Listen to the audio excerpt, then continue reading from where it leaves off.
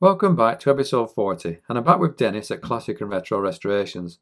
The majority of the front subframe is built up now, so the next job is to assemble and fit the Minisport Cooper S 10-inch disc brakes, which hopefully is an upgrade to the drum brakes that were fitted from the factory. Now, out of all the videos that I've made so far, this one has definitely been the hardest to voice over, because I'm not really well up on the part names, and even though I've watched Dennis and recorded and watched the video, I'm still not 100% clued up on what's going on. So forgive me if I get something wrong, and it's one of the reasons that I don't make these as tutorials. Now, I think this is a drive flange, and it needed fixing to the disc with a set of 4 screws, and it's something you don't really want to see working its way loose. I'm not sure if all mini disc brakes have separate flanges and discs that need assembling. I'm sure some come as one complete unit, but I could be wrong. I haven't listed all of the parts that are included in the kit for this video, as I've covered this on a previous episode, I think episode 9, but it looks like a pretty good basic setup. I think it can be upgraded with better parts, but these should be fine for the way that I drive. I guess time will tell. I'm told that fitting a servo to this sort of setup can result in the brakes feeling a little bit spongy, so I've kept it really simple and there'll be no servo fitted to assist braking for these once installed.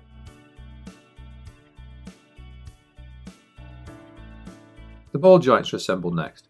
I've seen that there are now ball joints available that don't require shims, and I'd be interested to know if anyone's fitted them, as that sounds like it could save a lot of messing about compared to the ball joints that do require shims.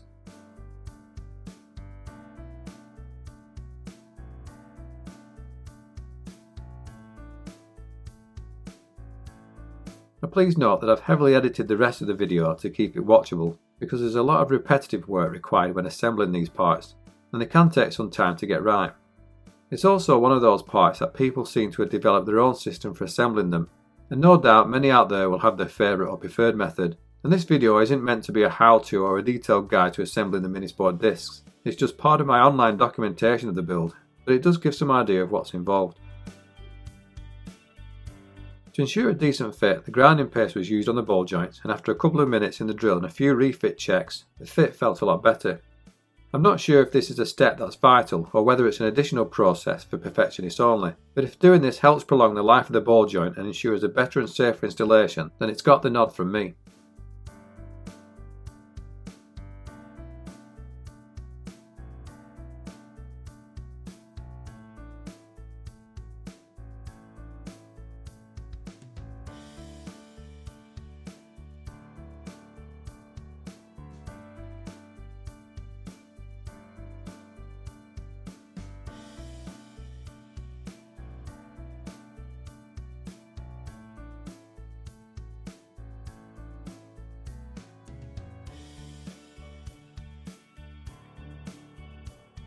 It can take a while to get the ball joint shimmed up, and there are various methods for achieving this, but it really comes down to personal preference and experience.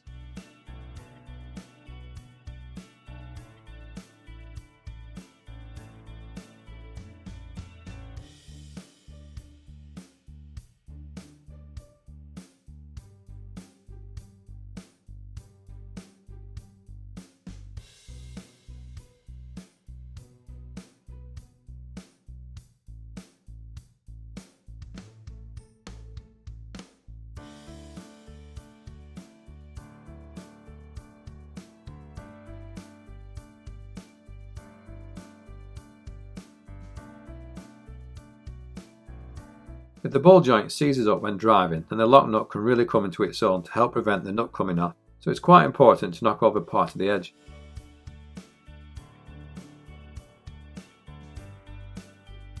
Dennis taught me through how he installs the ball joints, and I did have a little go myself, but I ended up passing it back to Dennis just to double check everything.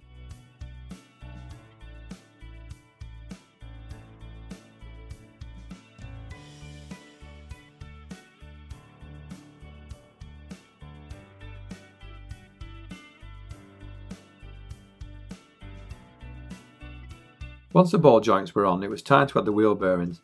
I've had a few people advise me on fitting Timken bearings, as they're supposed to be better quality.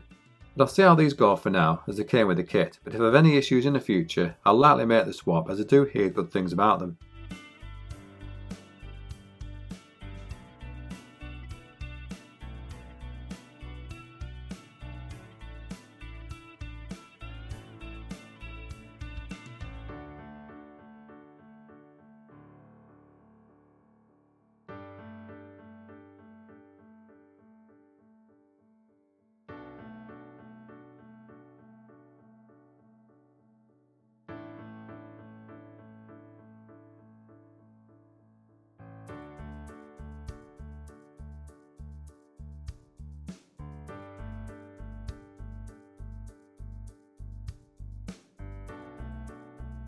To be honest, the wheel bearings have always been a mystery to me. I've owned minis in the past when I was a teen, and it's one of those jobs that I've never dared to attempt myself.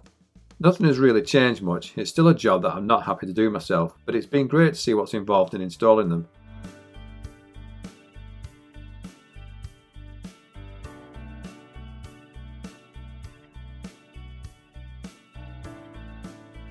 It's worth taking the time to really get the bearings packed with grease to reduce potential failure issues.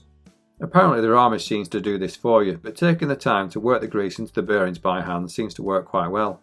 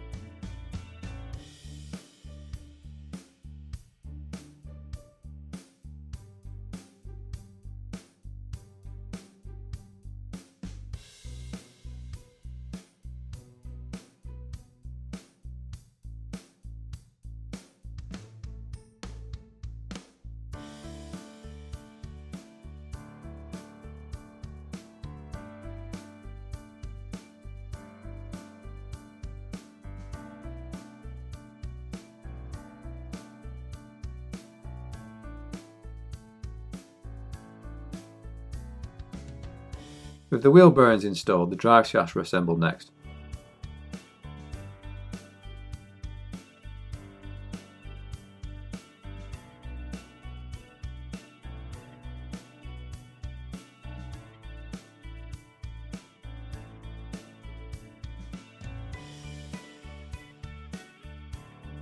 The CV boot rubber was placed onto the drive shaft and then the drive shaft tapped into the CV.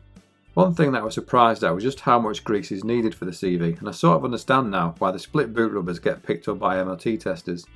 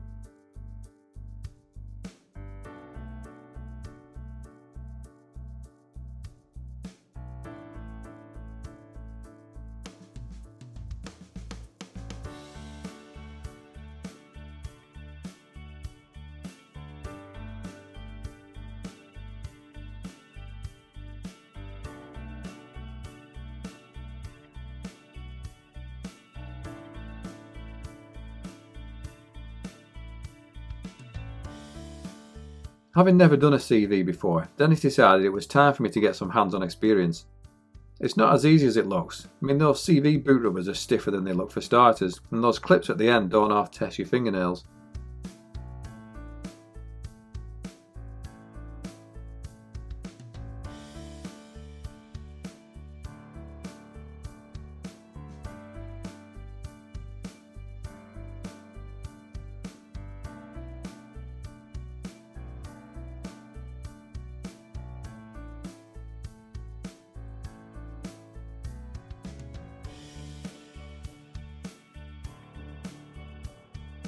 The tie wrap ensures that the clip goes in nice and easy.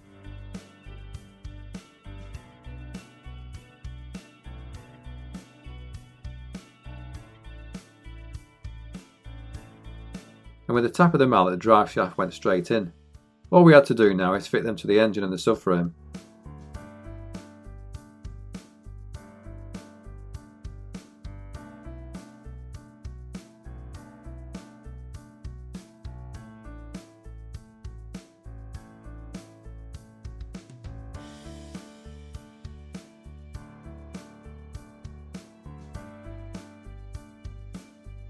I'd originally planned to do a lot of this work myself at home, but various health issues kind of forced my hand, and hence why it's with Dennis. At first I was really disappointed that I wasn't doing it, as I'd really hoped to be able to say that I built it all myself, but since coming down to film the rebuild and help Dennis, I've realised just how involved the work is. And there are so many parts of the build that need to be done correctly, and there's only so much you can do with a Haynes manual.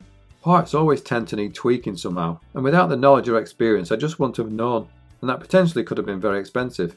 So by helping Dennis throughout these videos, I've realised that I've done the right thing by seeking help, and I don't feel as upset now asking for help as it would have been quite difficult trying to rebuild the car at home. Plus, I'd never get anything done. I have this tendency to triple check everything, sometimes to the point of destruction, and how Dennis puts up with me I'll never know. I think the discs can physically be fitted in one or two ways, but one way makes fitting the split pin a lot easier to install.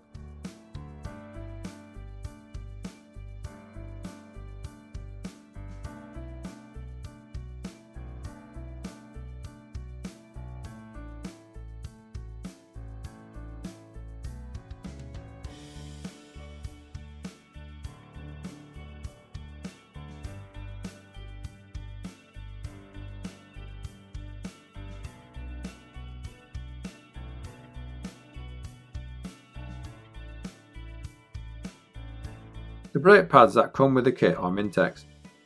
I was surprised to see how easy they were to install. I'd always imagined that fitting brake pads was a major operation.